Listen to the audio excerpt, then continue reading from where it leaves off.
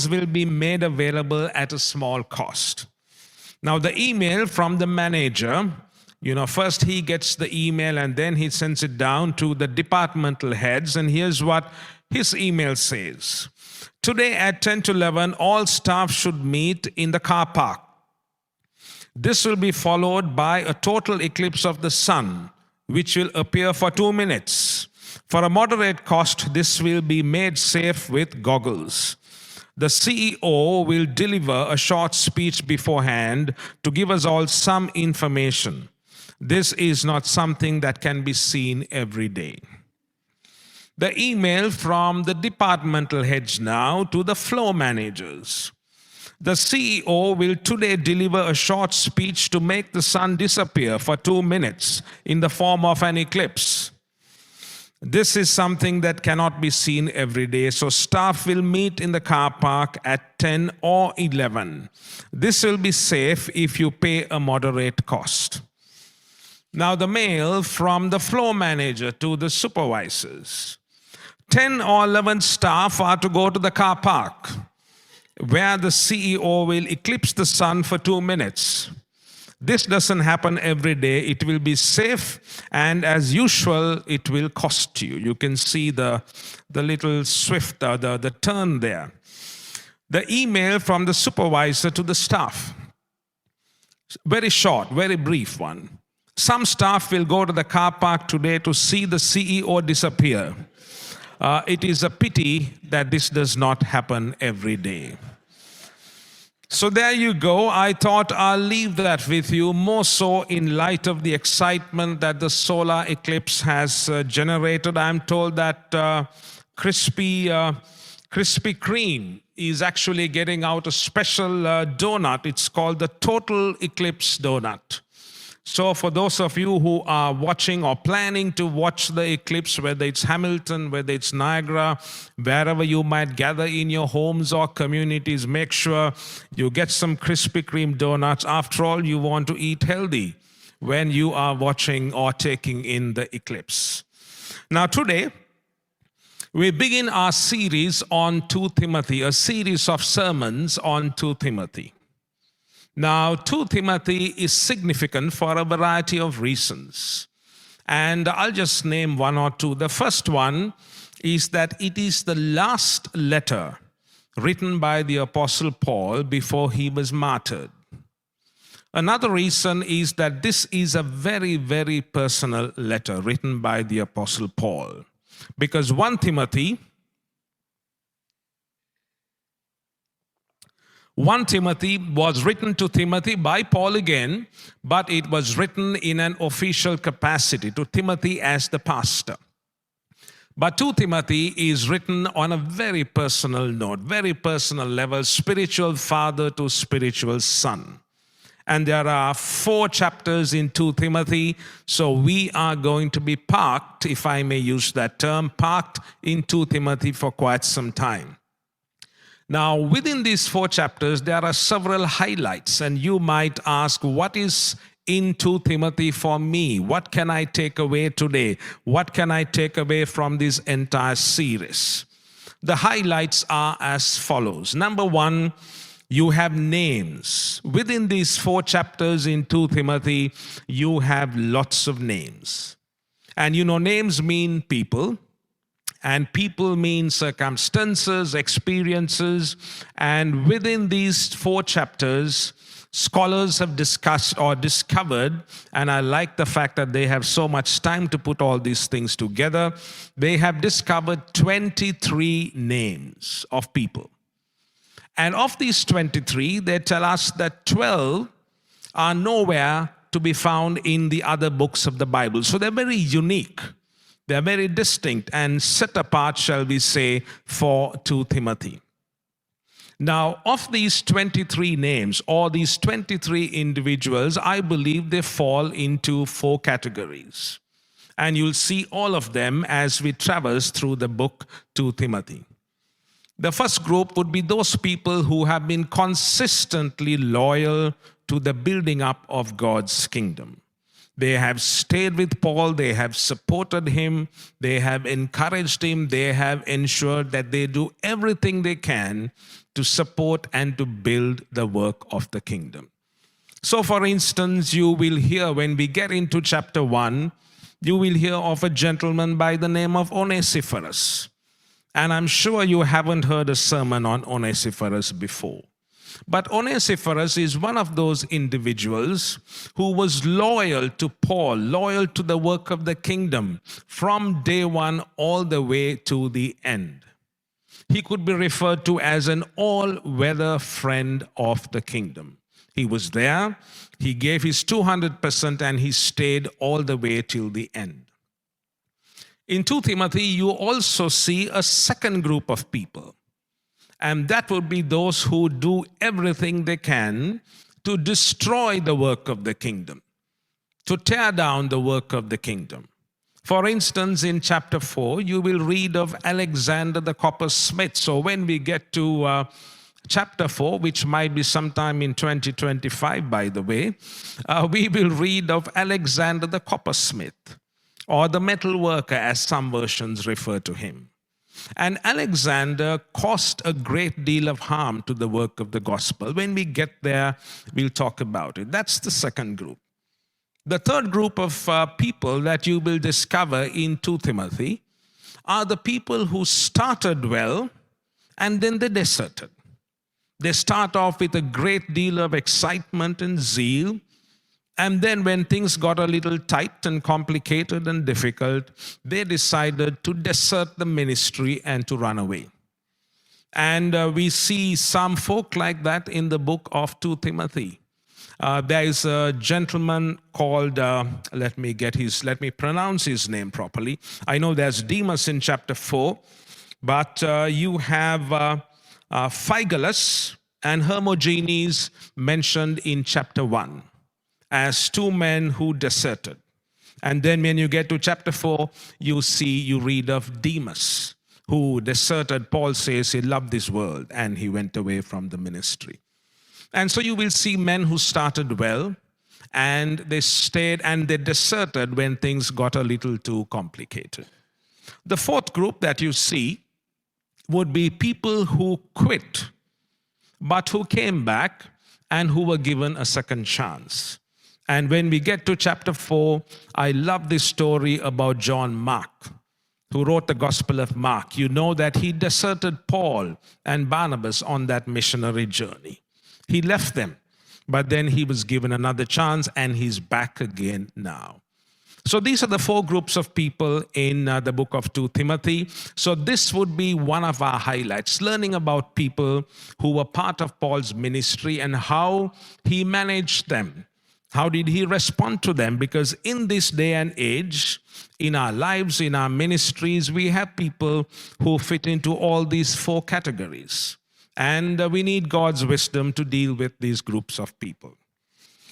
Then we also discover that in the book of Timothy, we have just a minute, yes. They came back, and we also have teachings on how to live and how to serve in a godless society.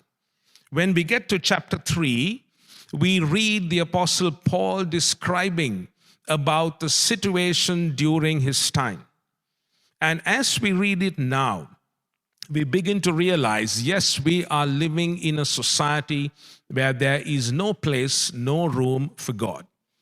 God is not given his due place. He is not recognized as creator, as the one who holds all things together. God has been cast aside. God has been placed on a shelf, as it were. I want to read an excerpt from a poem by a gentleman called Arthur Gitterman. And Arthur Gitterman wrote this poem in 1936. And it's very interesting that what he wrote in 1936 is so true even today. I read just a few parts of it. He says, first dentistry was painless. Then carriages were horseless. Next cookery was fireless. Telephones became wireless. Soon oranges were seedless, then putting green was weedless, and coffee caffeineless. Now the latest steel is stainless, our tennis courts are sodless, but our society is godless. Isn't that true even today?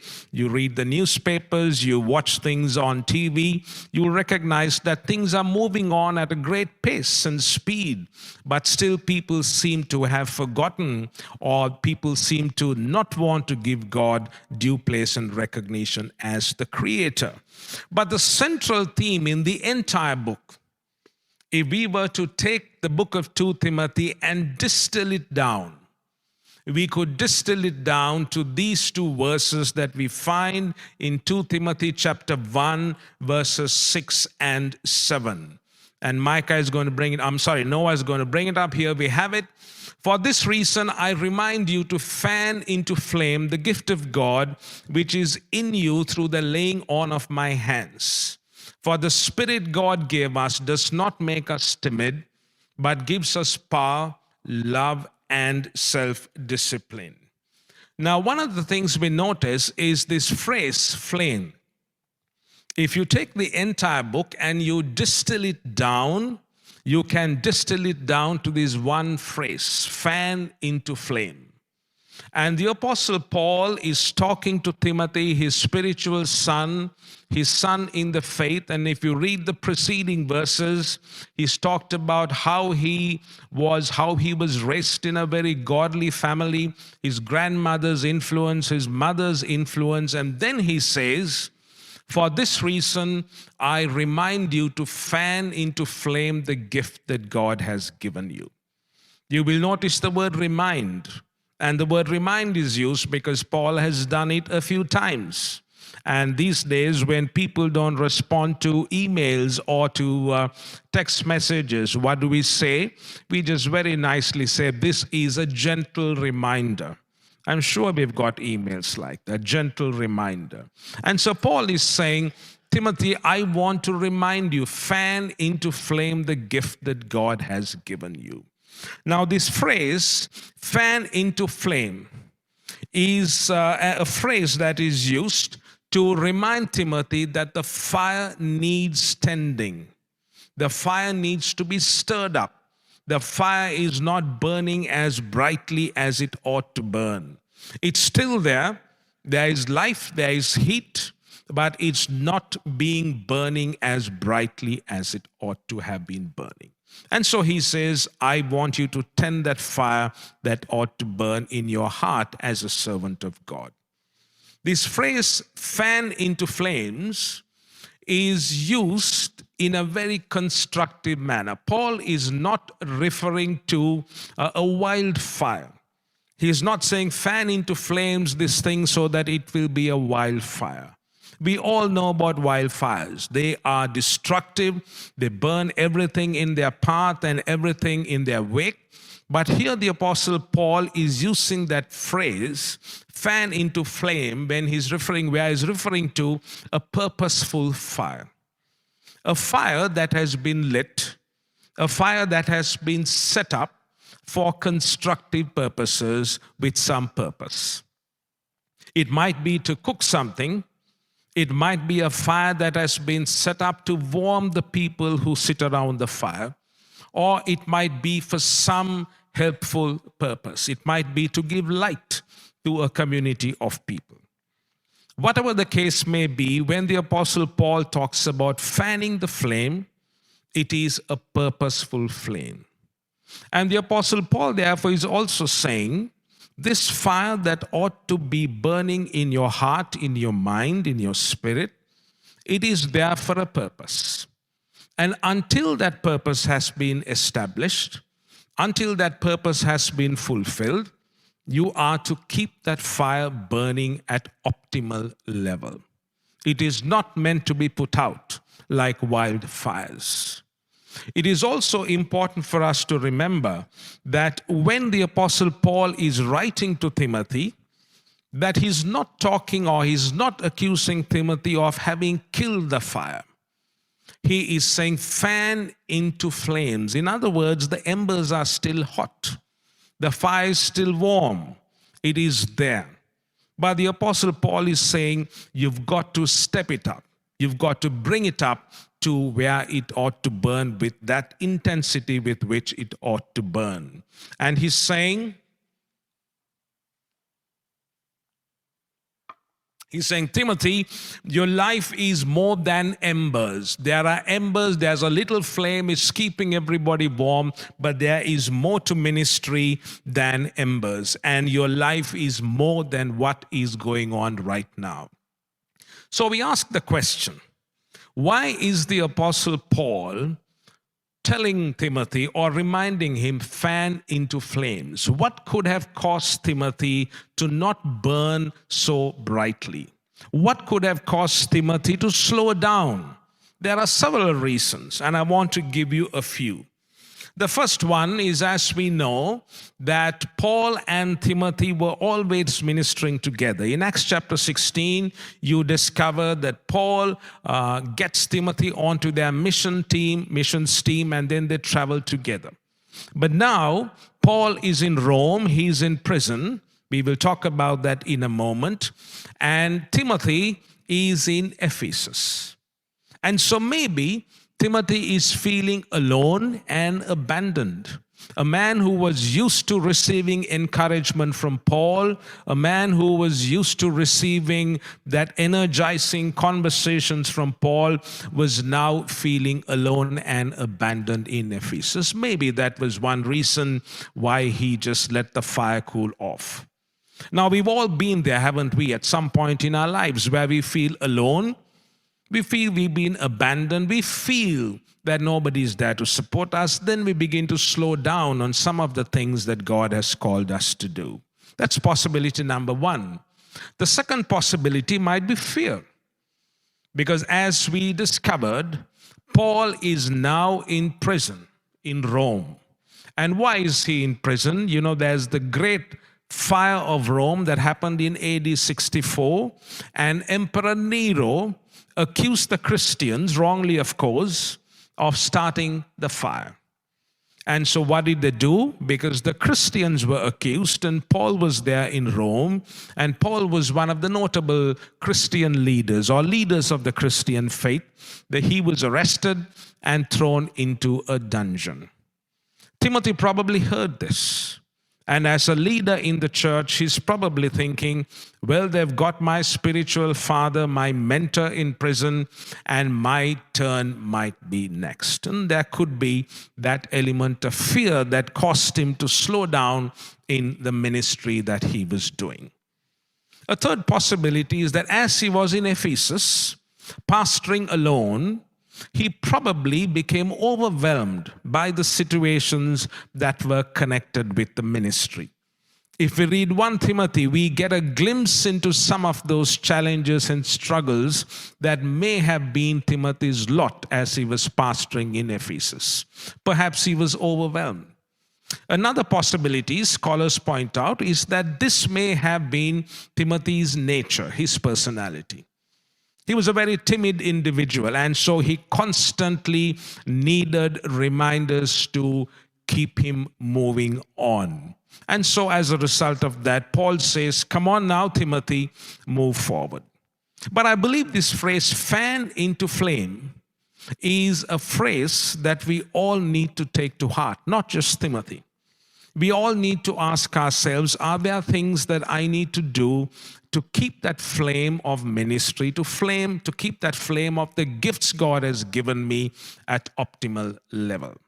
And so these are several possibilities as to why Timothy had to be reminded to keep that flame burning at optimal level. And so we come to another verse in 1 Peter chapter 4, verse 10, which ties into this. In 1 Peter chapter 4, verse 10, the Apostle Peter, writing to the believers who have been in different parts of that region, and he's writing to them, he says, each of you should use whatever gift you have received to serve others as faithful stewards of God's grace in its various forms. And so as we connect the fanning into flame of God's gift, as we connect it to 1 Peter 4:10, there are 2 points that we need to reflect on. We've just started 2 Timothy. The theme is fanning into flames. There are many topics that we will look at, but fanning into flames was a reminder to a young servant of God to make sure that he was using his gifts in a way, in a manner that God intended him to use it. And 1 Peter 4:10 drives home 2 important reminders for us today. The first is that each one of us has at least one spiritual gift. Some of us may have more, some of us may have less, but we all have at least one. And the question we need to ask today is, what is my spiritual gift? What is it that God has given me the strength to do? What is it that I'm really good at? What is it that really connects with me and flows with me as I serve the Lord? What is my strength? The second point that we see in 1 Peter 4 chapter 10 is that these gifts are meant to serve other people. Now, in Logi's prayer, she emphasized the fact that we need to be concerned about the community. And God has placed us in this community with a purpose. You remember the fire. The fire is purposeful. And God has placed us in this community with a purpose.